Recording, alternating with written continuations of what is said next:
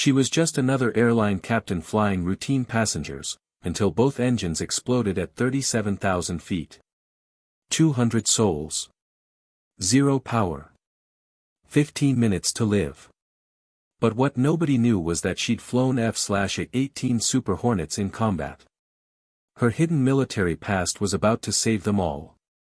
Before you watch full story, comment below from which country are you watching. Don't forget to subscribe for more amazing stories. It was January 15, 2024, Monday morning. Captain Maya Richardson checked her watch as she walked through the employee entrance of Denver International Airport.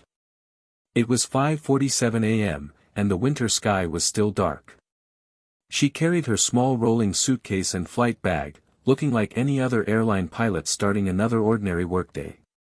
Her uniform was pressed, her hair pulled back neatly, and her face showed the calm confidence of someone who had flown this route dozens of times before. Maya was 34 years old and had been flying commercial aircraft for 6 years. Before that, she had spent 8 years in the Navy, but she rarely talked about those days. Her airline colleagues knew she was former military, it was mentioned briefly in her personnel file, but they didn't know the details. They didn't know that she had flown F/A-18 Super Hornets, one of the most advanced combat aircraft in the world. They didn't know about the carrier landings in rough seas, the combat missions over hostile territory, or the emergency situations that had tested her skills in ways civilian flying never would. She preferred it that way. Commercial aviation was peaceful, predictable, and safe. She flew passengers from one city to another, following established routes and procedures. There was no enemy fire, no emergency ejections, no life-or-death decisions made in split seconds while pulling high G-forces. She had left that world behind, and she was content to be just another airline captain doing her job professionally and quietly. Today's flight was Transcontinental Airlines Flight 2847, a Boeing 777 flying from Denver to Boston. It was a route Maya had flown many times. The flight would take approximately 4 hours, cruising at 37,000 feet over the Midwest and Northeast. Weather was good, with clear skies expected most of the way. It should be routine. In the crew briefing room, Maya met her first officer for the day, Jason Chen.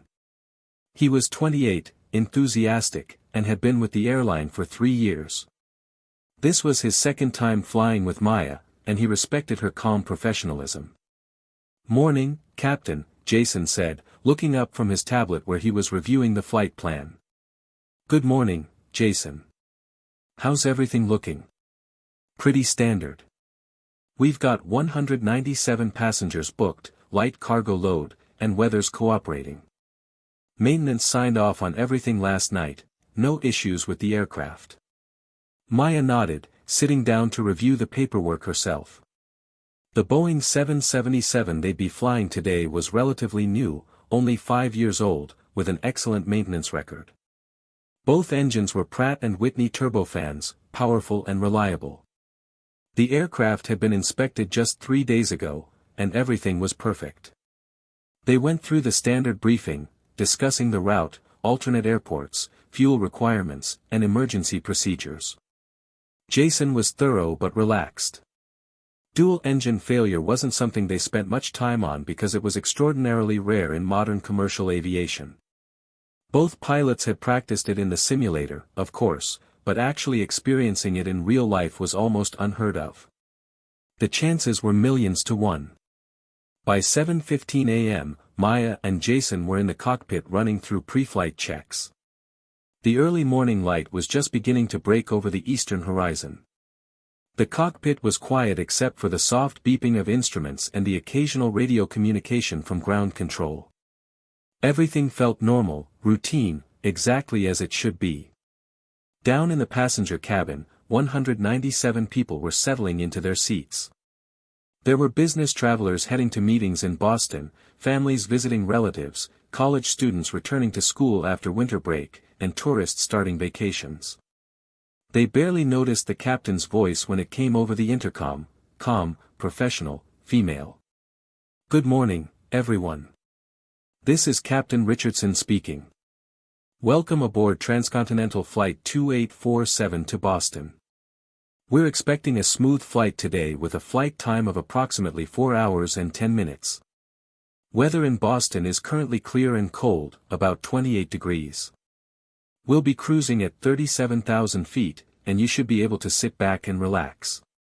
Our flight attendants will be coming through the cabin shortly after takeoff. Thank you for choosing Transcontinental Airlines.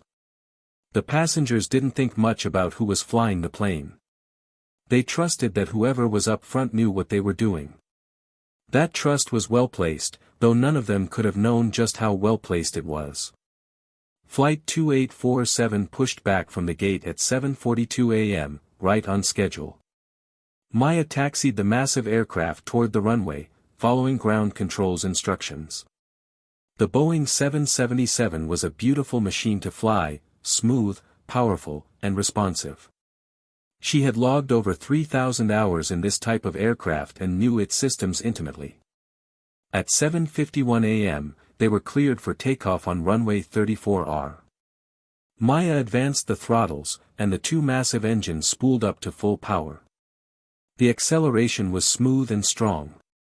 The nose lifted at exactly the right speed, and they climbed into the clear Colorado morning sky. Positive rate, gear up, Maya said calmly. Gear up, Jason confirmed, raising the landing gear lever. The flight climbed steadily, passing through 10,000 feet, then 20,000, then 30,000. Air traffic control handed them off from one sector to another as they crossed from Colorado into Kansas. The sun was fully up now, and below them, the landscape looked like a patchwork quilt of brown and white, winter fields and scattered snow. By 9:20 a.m., they had reached their cruising altitude of 37,000 feet and were flying east over Missouri. The autopilot was engaged, and the flight was proceeding exactly as planned.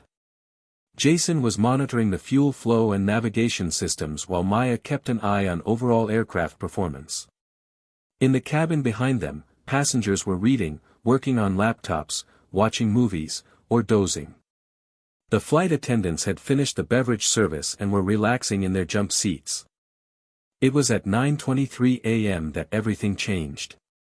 Maya heard a sound that made her blood run cold, a deep, rattling bang from somewhere behind them, followed immediately by warning lights illuminating on her instrument panel. Her eyes snapped to the engine instruments, and what she saw confirmed her worst fear. The left engine's oil pressure had dropped to 0. Temperature was spiking. RPM was falling rapidly. Left engine failure, she announced, her voice completely calm despite the adrenaline now flooding her system. Jason's head whipped around to look at the instruments. Confirmed. Left engine. He didn't finish the sentence because at that exact moment, a second bang shook the aircraft, and the right engine's instruments began showing identical failures. Right engine failure. Jason's voice had risen in pitch. Both engines. Maya's hands were already moving. This was the nightmare scenario, dual engine failure at 37,000 feet with 197 passengers on board.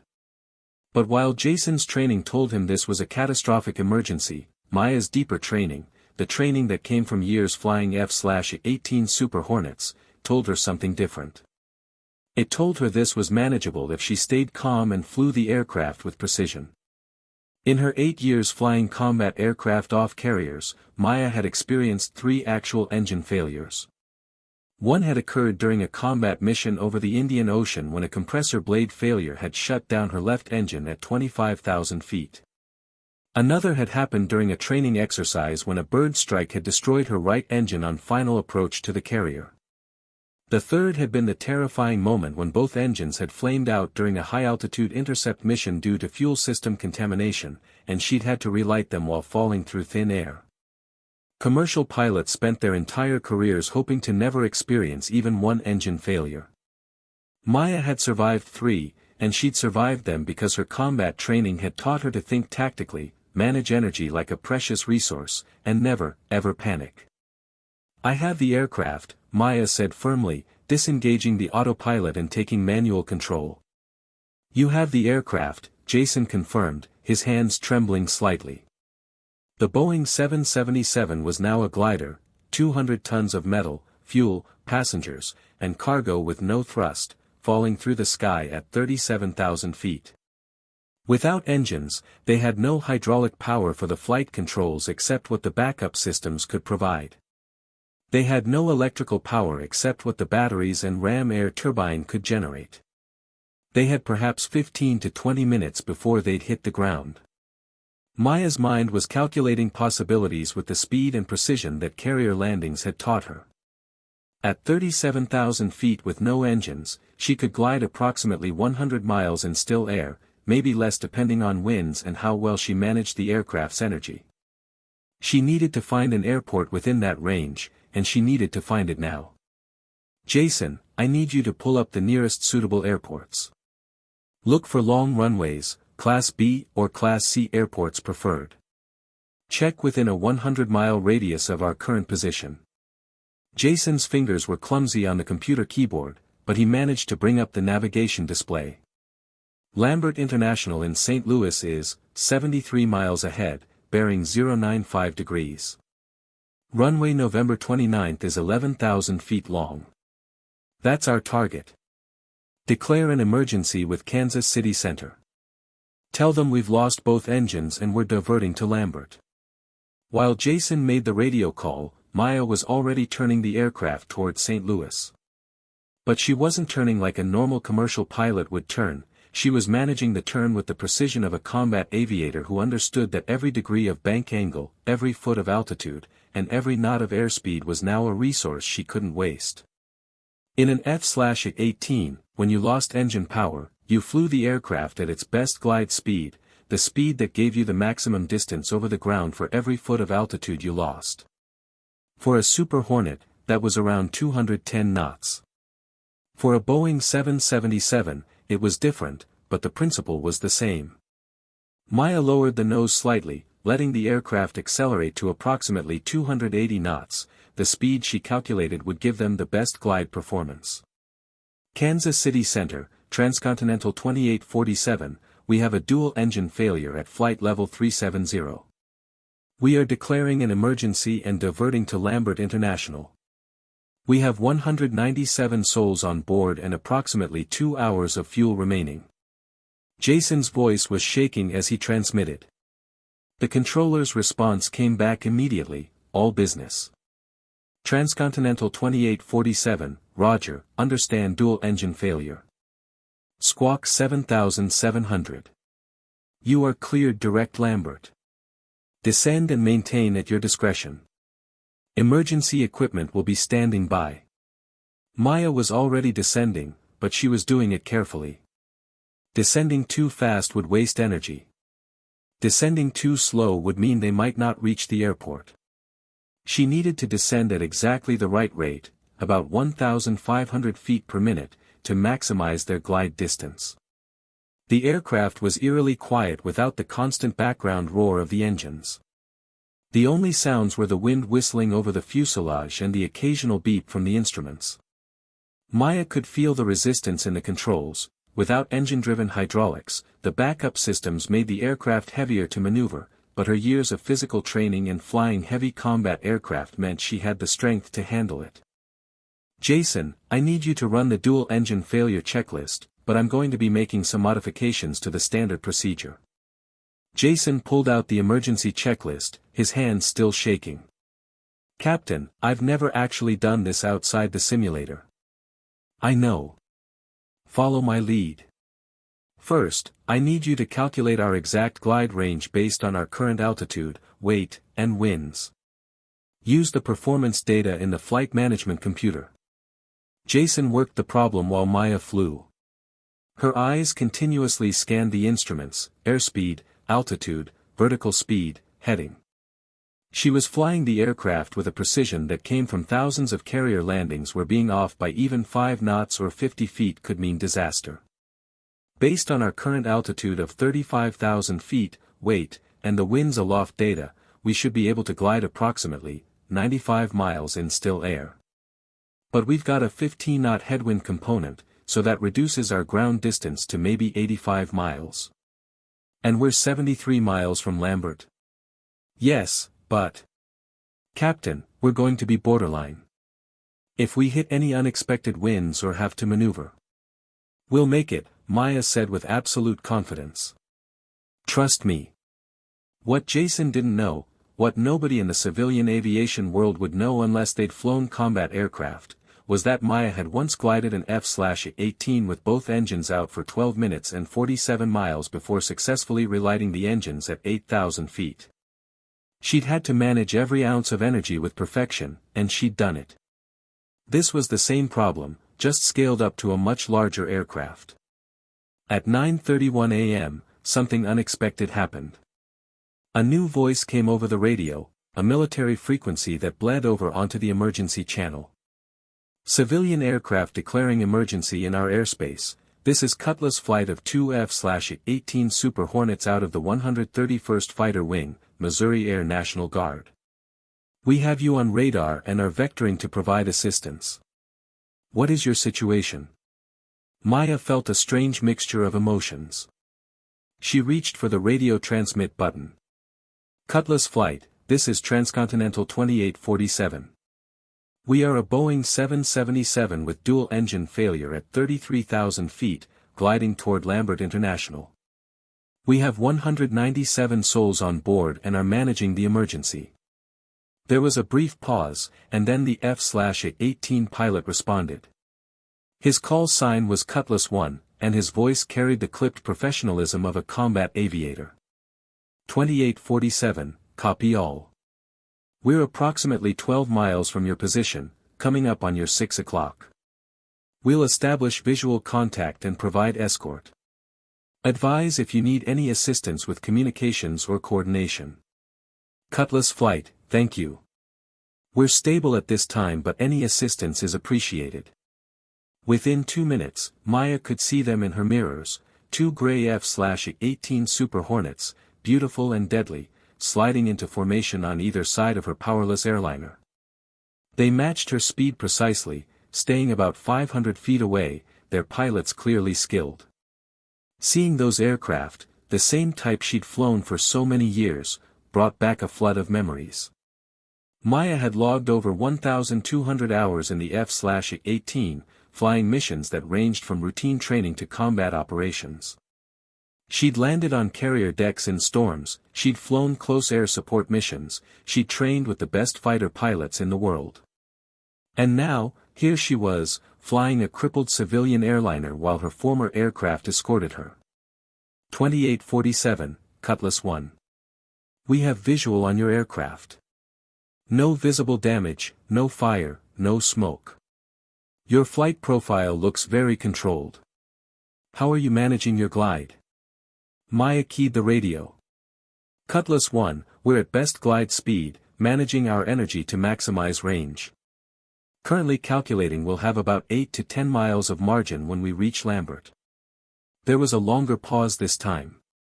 Then, 2847, your energy management is impressive. Very precise. What's your background? Maya hesitated. She generally didn't talk about her military past. But right now, with her former aircraft flying escort and with 197 lives depending on her decisions, it seemed foolish to hide it. Cutlass 1, I'm former Navy. I flew Rhinos for 8 years. Rhinos was the nickname for the F-18 Super Hornet. The response was immediate and filled with new respect. 2847, Cutlass 1, copy that. Navy Super Hornet pilot. That explains the tactical flying. Ma'am, it's an honor to escort you. We've got your back. Jason was staring at Maya with wide eyes. You flew F divided by a -18s. Long time ago, Maya said, her eyes never leaving the instruments. Jason, I need you to contact Lambert Tower directly and tell them we'll need the longest runway available, all emergency equipment standing by, and the airport should be cleared of other traffic. We're going to make a straight-in approach with no go-around capability. Roger. Jason made the radio call while Maya continued her precisely controlled descent. They were now at 28,000 feet with 61 miles to go to Lambert. Maya's calculations showed they were right on profile, losing altitude at exactly the rate needed to arrive at the airport at approximately 2,500 feet, which would give her enough height to maneuver for landing. In the passenger cabin, people had started to realize something was wrong. The engine's absence was noticeable now, and the emergency lighting had activated. The head flight attendant, Carol Martinez, had received a call from Maya on the interphone. "Carol, we've experienced a dual-engine failure. We're diverting to St. Louis and will be landing in approximately 15 minutes. I need you to prepare the cabin for emergency landing. Review emergency procedures with your crew, make sure passengers are briefed, and prepare for possible evacuation on the runway." "But Carol, we're going to be fine. I need you to trust me on that. Keep everyone calm." Carol's voice was shaky but professional. "Yes, Captain. We'll prepare the cabin." Maya then made an announcement to the passengers. Her voice was remarkably calm, the same tone she'd used when briefing combat missions. "Ladies and gentlemen, this is Captain Richardson. We've experienced a mechanical issue with both engines, and we're diverting to Lambert International Airport in St. Louis for a precautionary landing. We will be landing in approximately 15 minutes. I need you to remain calm and follow all instructions from the flight attendants. We are executing standard emergency procedures, and I am confident we will land safely. Please review the safety card in your seat pocket and prepare for an emergency landing." There was no panic in her voice, no fear, no uncertainty. And somehow, that calmness transmitted itself to the passengers. Yes, they were scared, who wouldn't be, but they trusted the voice of their captain. They didn't know she'd been in situations far more dangerous than this and had survived them all. At 9:39 a.m., they were at 18,000 feet with 38 miles to go. The F divided by a -18s were still flying formation, and Cutlass 1 had been coordinating with air traffic control to ensure the airspace ahead was completely clear. Maya was now beginning to plan the final approach. Landing a powerless aircraft was all about energy management. She needed to arrive at the runway with just enough altitude and speed to make the landing, but not so much that she'd overshoot. Too high and she'd float past the runway. Too low and she'd hit short. In an F/A-18, she'd practiced emergency approaches hundreds of times. The technique was called a flame-out approach, gliding the aircraft to a precise touchdown point using nothing but gravity and aerodynamics. It required perfection because there was no second chance, no go-around, no adding power to correct mistakes. "Jason, I need you to calculate our approach profile for runway 11 at Lambert.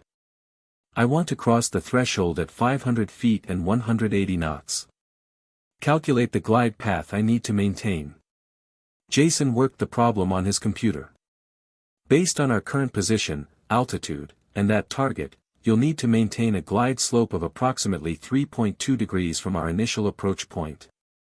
"Good. Set up the instruments for that profile." They were now at 12,000 feet with 21 miles to go. Maya could see St. Louis in the distance, the gateway arch glinting in the morning sun, the Mississippi River winding through the city. Lambert International Airport was just beyond the city center. Cutlass 1 came back on the radio.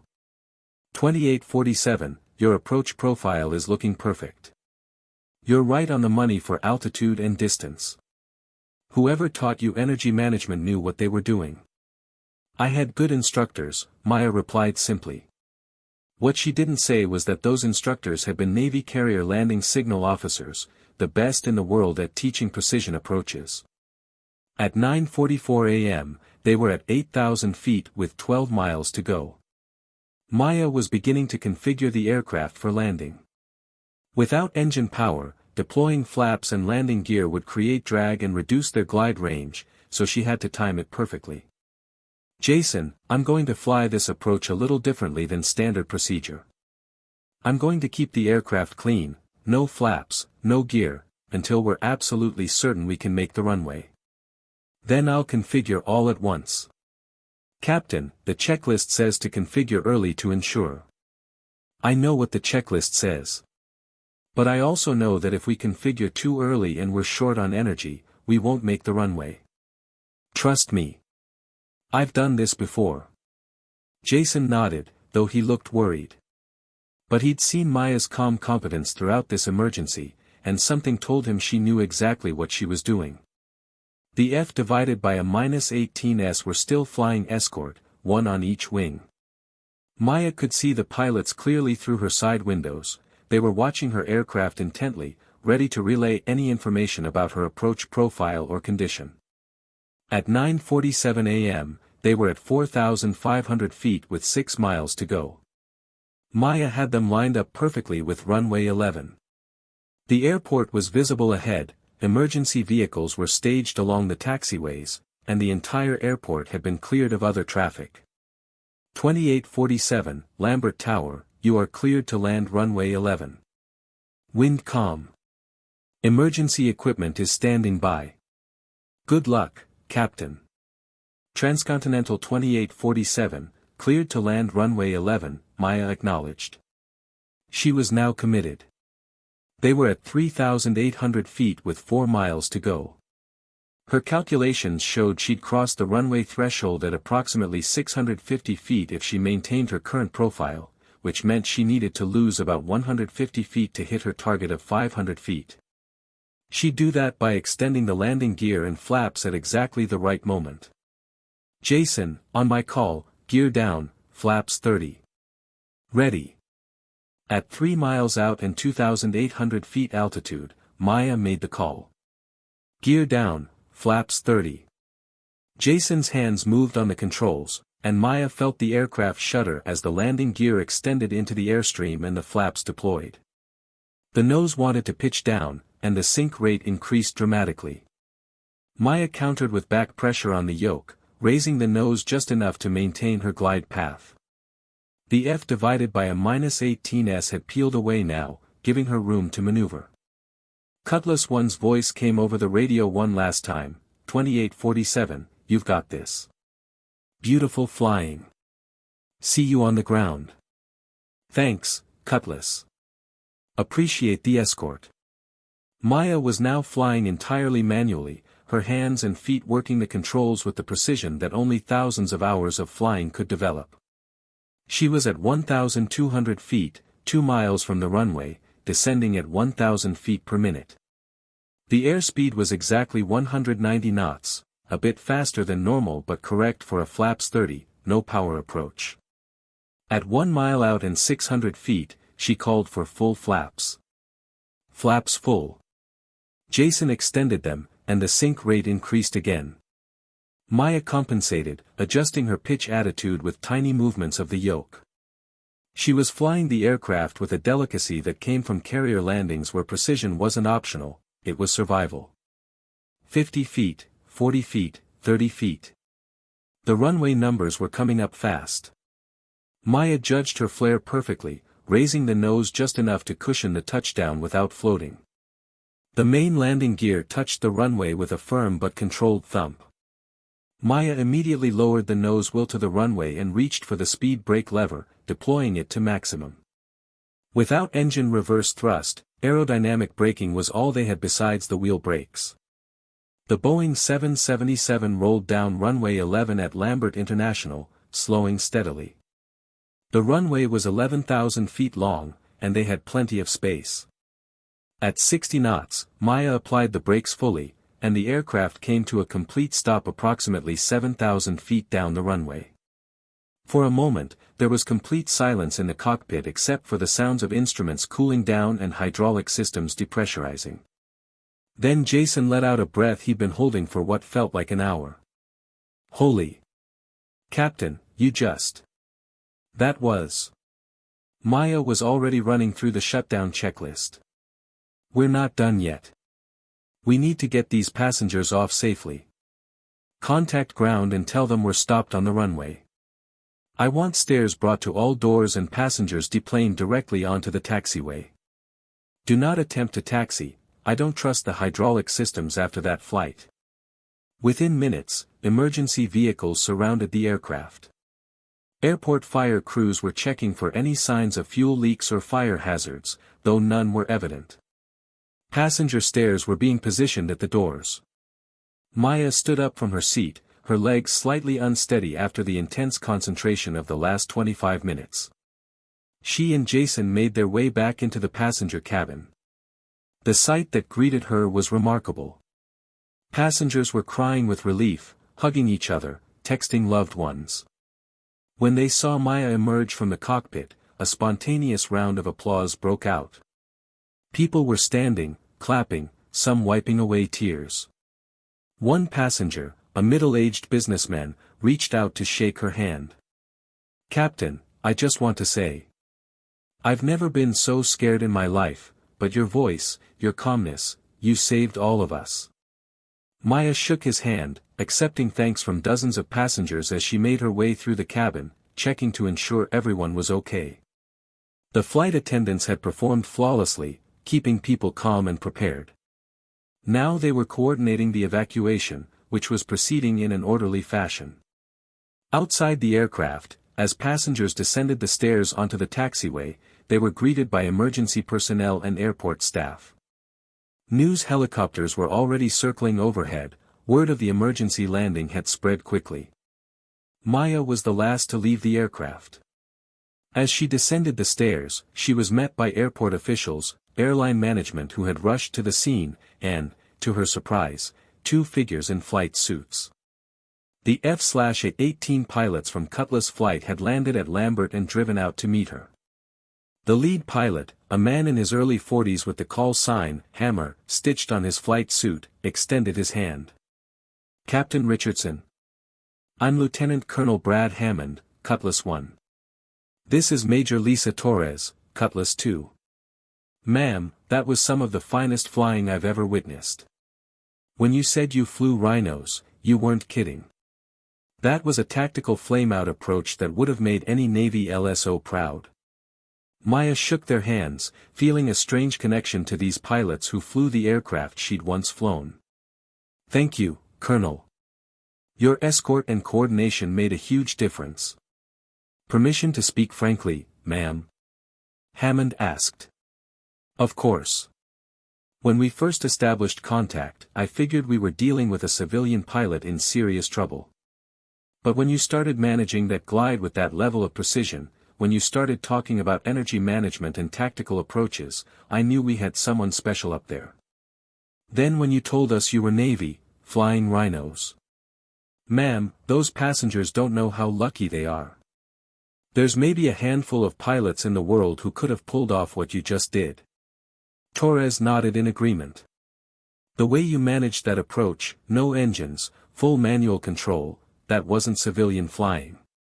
That was combat flying applied to a civilian emergency. You saved 197 lives today using skills that most commercial pilots don't have because they've never needed them." Maya felt uncomfortable with the praise. She'd just been doing what needed to be done, using the training she'd received years ago. "I just flew the aircraft. Same principles apply whether it's an F/A-18 or a 777. "Respectfully, ma'am, that's not true," Hammond said.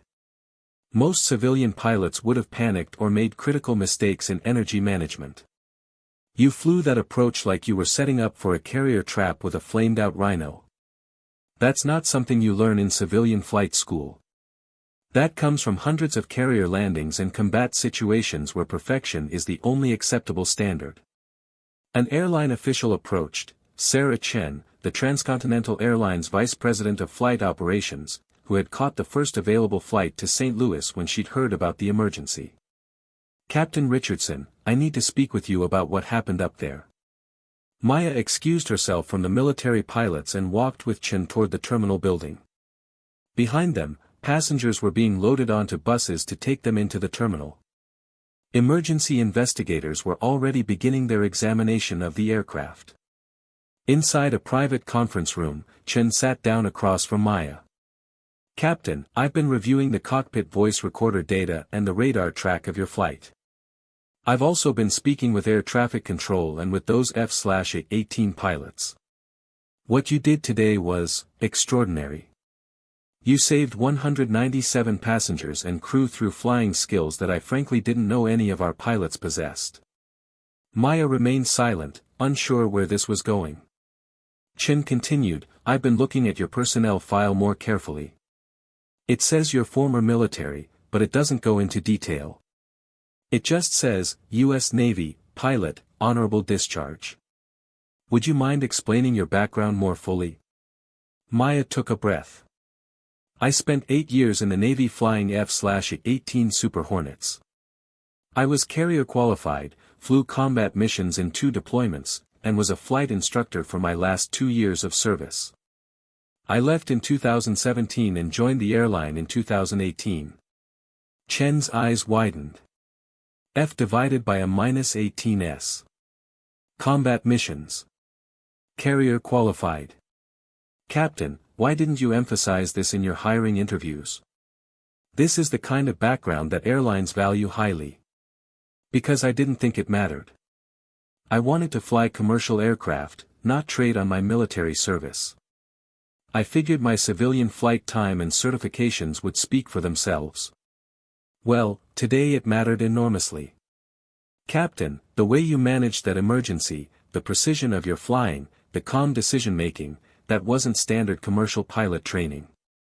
That was combat aviation expertise applied to a civilian emergency. And it worked. Everyone survived because you had skills and experience that go far beyond what we normally see. Over the next several hours, Maya underwent detailed debriefings with airline officials, NTSB investigators, and FAA representatives. The cause of the dual-engine failure was still under investigation, but preliminary reports suggested it might have been contaminated fuel that caused both engines to fail within seconds of each other, an extraordinarily rare event. What became clear through all the debriefings was that Maya's handling of the emergency was exceptional. The investigators noted her precise energy management, her tactical approach to the landing, and her use of techniques that weren't in standard commercial pilot training but which had proven exactly right for the situation. One NTSB investigator, a former Air Force pilot himself, pulled Maya aside. Captain, I flew C-17s for 20 years, and I can tell you that what you did today is going to be taught as a case study. Your application of military aviation principles to a civilian emergency, your energy management, your approach profile, your decision-making, it was textbook combat flying adapted perfectly to a different aircraft type. Those passengers are alive because of skills you learned in the military that civilian training doesn't teach. By late afternoon, the story had spread across the news media. Miracle landing in St. Louis was the headline on every major news network. Video of the landing, captured by news helicopters and airport cameras, showed the powered Boeing 777 making a perfect touchdown and rollout with no engines running. But as reporters dug deeper into the story, they discovered something that made it even more compelling. The captain wasn't just any commercial pilot, she was a former F/A-18 combat pilot whose military training had proven essential to saving everyone on board. The headlines evolved: former combat pilot saves 197 in emergency landing, and Navy fighter pilot training saves passengers when commercial aircraft loses both engines. Maya's phone was flooded with messages. Her parents, who'd always been proud of her Navy service, were crying with relief and pride. Her former squadron mates from her Navy days were reaching out, congratulating her and joking that she'd always been the best stick and rudder pilot in the squadron. Current airline colleagues were expressing amazement. They'd flown with her for years and never realized she had such an extensive military background. That evening, Maya stood in her hotel room in St. Louis, watching the news coverage on TV. There was video of the landing, interviews with passengers who were praising her, and analysis from aviation experts discussing the technical aspects of what she'd done. One expert, a retired airline captain, was explaining to the news anchor, "What Captain Richardson did today was use advanced military aviation techniques that most commercial pilots simply don't have in their toolkit. Energy management in a powerless aircraft, tactical approach planning, carrier-style precision landing, these are skills that Navy fighter pilots develop through years of intensive training and operational experience." She essentially flew a flame-out approach in a commercial aircraft the same way she would have in an F/A-18, and it worked perfectly. There was a knock at her door. Maya opened it to find Lieutenant Colonel Hammond and Major Torres in civilian clothes. "Captain Richardson, sorry to bother you," Hammond said. "We're heading back to base, but we wanted to check in on you before we left. How are you holding up?" Maya invited them in. "Honestly? I'm not sure. This whole day feels surreal." Torres smiled. "I bet. But Captain, Maya, if I may, you should be incredibly proud of what you did today. You used your military training to save civilian lives. That's the kind of thing that makes our service meaningful." Hammond nodded. "I've been thinking about what you did today, and I wanted to share something. In the military, we train for situations like this constantly. Engine failures, emergencies, things going wrong, we practice them over and over until they become second nature. But most commercial pilots never experience these situations in real life. They practice in simulators, but it's not the same. You had the real experience, and when it mattered most, that experience saved 197 people." "I just did what I was trained to do," Maya said. "Exactly," Hammond replied. "But that training, the combat flying, the carrier operations, the emergency procedures, that's not something you get from civilian flight school. You earned that through years of service, and today it paid dividends in a way you probably never expected." Maya nodded slowly. It was strange to think that skills she'd learned years ago, in a completely different context, had proven so essential today. When she'd left the Navy and joined the airline, she'd thought she was leaving that world behind. But today had shown her that you never really leave it behind. The training becomes part of you, shapes how you think and react, and stays with you forever. The next morning, January 16th, Maya met with the 197 passengers from Flight 2847 at a gathering organized by the airline. Many of them wanted to thank her personally. There were emotional moments as people recounted their fear during the emergency and their gratitude for her calm leadership. One young mother with 2 small children approached Maya with tears in her eyes. "Captain, I don't know how to thank you. When we lost the engines, I thought my children would grow up without their mother.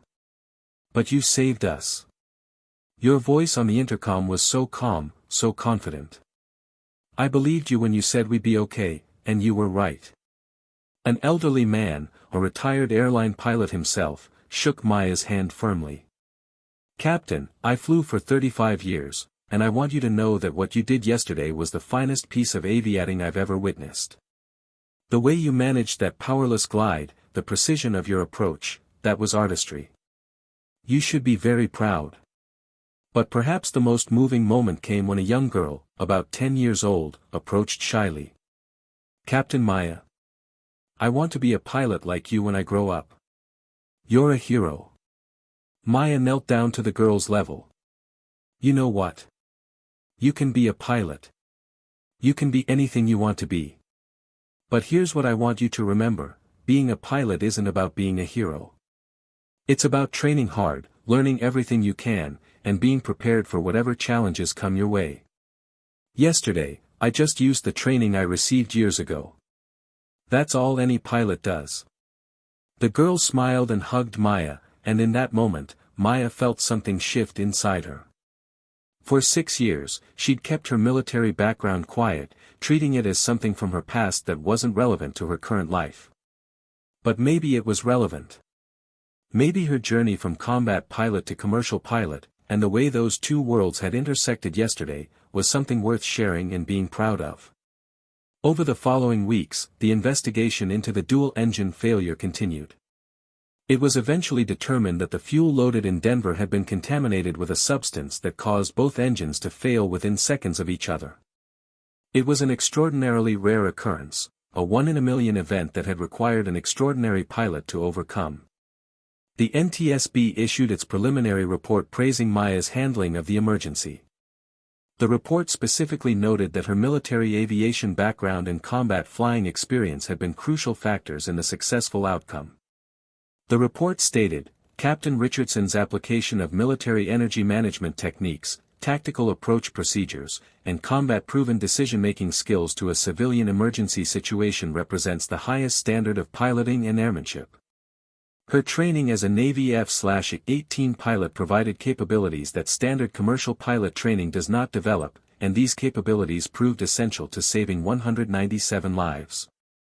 The Navy reached out to Maya, asking if she'd be willing to speak at the Naval Aviation School in Pensacola about how military training translates to civilian flying and how the skills learned in combat aviation can apply to non-military situations. She agreed, and in March 2024, she found herself back at the base where she'd learned to fly F/A-18s 15 years earlier. Standing in front of a classroom of young naval aviators in training, Maya shared her story. She talked about her years flying Super Hornets, the challenges of carrier operations, the combat missions that had tested her skills, and then her transition to commercial aviation. She explained how she'd thought the two worlds were separate, but how January 15 had shown her they were connected in ways she hadn't expected. The skills you're learning here, the precision flying, the emergency procedures, the tactical thinking, you might think these only apply to military aviation, she told the young pilots. But what I learned is that these skills are universal. They make you a better pilot regardless of what you're flying. The carrier landing precision that you'll develop here. I used that to land a powerless Boeing 777. The energy management you learn in tactical flying. I used that to glide 73 miles with no engines. The calm decision-making you develop in combat situations. I used that to keep 197 passengers and crew safe during a catastrophic emergency. One young naval aviator raised his hand. Captain Richardson, did you ever imagine when you were learning to fly Super Hornets that you'd use those skills to save commercial passengers someday? Maya smiled. Never. When I was learning to fly F/A-18s, I was focused on becoming a good combat pilot. I wasn't thinking about how those skills might transfer to other types of flying. But that's the thing about good training, it prepares you for situations you can't even imagine. The Navy taught me to be a skilled, tactical, precise pilot, and those qualities stayed with me even after I left active duty. The speech received a standing ovation from the young naval aviators, and afterward, several of them approached Maya to ask more detailed questions about the emergency and how she'd applied specific F/A-18 techniques to flying the Boeing 777. Back in the civilian world, Maya returned to flying for transcontinental airlines. But things were different now. Her colleagues treated her with a new respect, not just as a competent captain but as someone with extraordinary skills and experience. First officers competed to fly with her, hoping to learn from her tactical approach to aviation. The airline, recognizing the value of Maya's background, asked her to develop a new training program incorporating military aviation techniques into commercial pilot training. She worked with the airline's training department to create modules on advanced energy management, tactical decision-making, and precision flying that drew from military aviation principles. But perhaps more importantly, Maya had changed. She no longer hid her military background or treated it as irrelevant to her current career. She realized that her 8 years flying F/A-18s had shaped her into the pilot she was, and that was something to be proud of. She started mentoring young pilots, especially women interested in military aviation, sharing her journey and encouraging them to pursue their dreams. One afternoon in May 2024, Maya was in the cockpit preparing for another flight, this time a routine run from Boston to Los Angeles, when her first officer, a young woman named Jennifer Park, asked her a question. "Captain, I've been thinking about joining the military reserves to get more advanced flying experience. Do you think it's worth it?" Maya looked at Jennifer and smiled. "For months ago, I would have told you that military flying and commercial flying are separate worlds, and that military training isn't necessary for airline work. But now I'd tell you that military aviation training will make you a better pilot in ways you can't even imagine. It'll teach you precision, discipline, tactical thinking, and emergency skills that you might never use in commercial flying, or you might use them one day to save 197 lives. You never know when the training will matter, but when it does, you'll be glad you have it." Jennifer nodded thoughtfully. I think I'm going to do it. Your story inspired me. As Maya taxied the aircraft toward the runway for takeoff, she reflected on how far she'd come since that January morning. She'd gone from being a quiet commercial pilot who never talked about her past to someone who openly shared her military background and used it to inspire and teach others. The dual-engine failure on Flight 2847 had been terrifying, dangerous, and could have ended in tragedy. But instead, it had ended with everyone safe because one pilot had training that went beyond the ordinary. It had shown that military aviation skills, developed through years of rigorous training in combat operations, could save civilian lives when the unthinkable happened. As she advanced the throttles for takeoff, Maya thought about the F divided by A-18 as she'd flown years ago, the carrier decks she'd landed on, the combat missions she'd flown. She thought about how all of that had led to this moment, to this career, to the ability to safely transport hundreds of passengers across the country every day.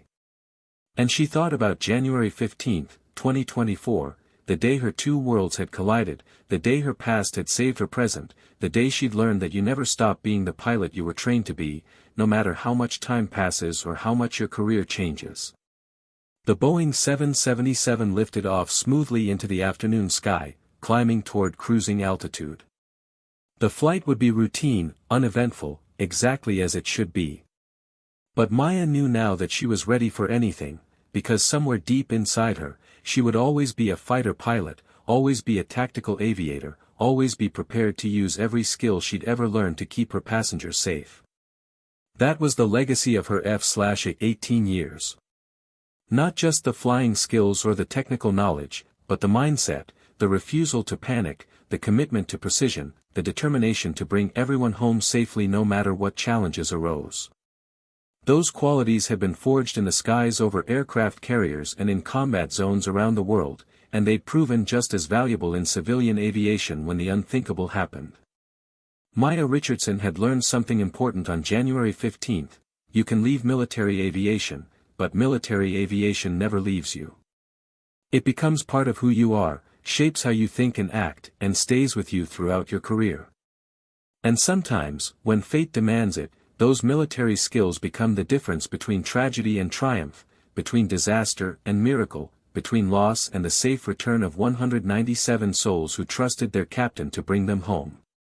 She had brought them home. And she'd done it using skills that many people didn't even know she possessed, the skills of a combat pilot, a tactical aviator, a warrior who'd fought in the skies and survived to fly another day. Now, as she flew this routine commercial flight, Maya carried that knowledge with pride. She was Captain Maya Richardson, commercial airline pilot.